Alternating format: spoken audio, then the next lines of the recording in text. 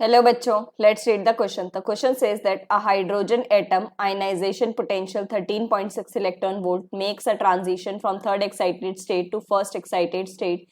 The energy of the photon emitted in the process is 1.89 electron volt, 2.55 electron volt, 12.09 electron volt, 12.75 electron volt. तो देखो बच्चों, सबसे पहले की कंसेप्ट है हमारे पास, that is Bohr's model energy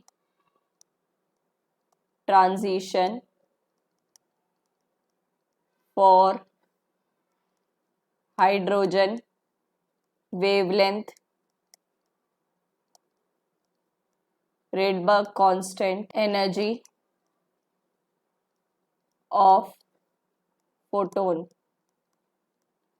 ठीक है बच्चों। सो देखो बच्चों, सबसे पहले बोर्स मॉडल के अकॉर्डिंग जहां पे हाइड्रोजन एटम जिसकी कॉन्फ़िगरेशन है 1s1, ये है हमारे पास न्यूक्लियस एंड ये हमारे पास के shell, this is L shell further. So अब 1s1 मतलब कि यहाँ पर आपका एक इलेक्ट्रॉन है, राइट। सो अब ये इलेक्ट्रॉन जो है ये इसमें फिक्स रेडियस पर रिवॉल्व कर रहा है। सो आपका सेंट्रीपिटल फोर्स जिसे हम कहते हैं mv² अपॉन r, जहाँ पे v वेलोसिटी है, r रेडियस है, और क्योंकि इलेक्ट्रॉन है and this is nucleus, so charges opposite है, सो इलेक्ट्रोस्टैटिक फोर्स लगेगा, that is E² divided by 4πε0 r।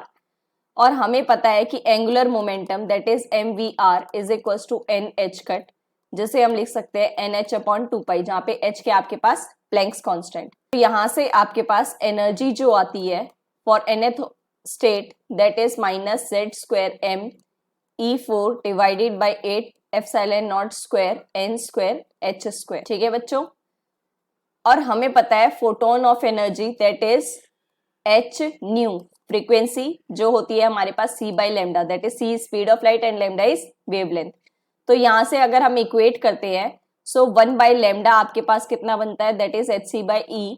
सो ये सब वैल्यूज पुटअप करने के बाद आपके पास इक्वेशन आती है that is 1 by lambda is equals to z² r into 1 by n1² minus 1 by n2², जहां पर ये आपके पास ट्रांजिशन है n2 स्टेट से n1 स्टेट तक।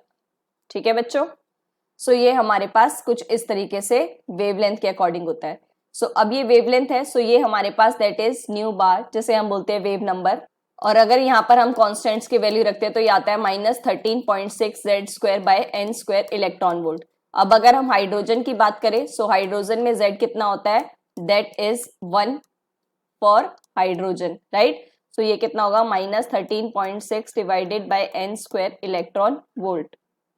ठीक है बच्चों। सो अब हमारे पास यहाँ पर ट्रांजिशन कितना हो रहा है, that is third excited state से ट्रांजिशन हमारा जा रहा है that is first excited state तक।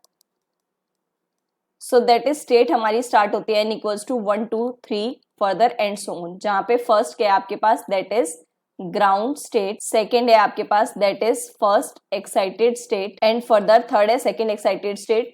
So that means third excited state that is principal quantum number 4 से transition that is n equals to 2, right?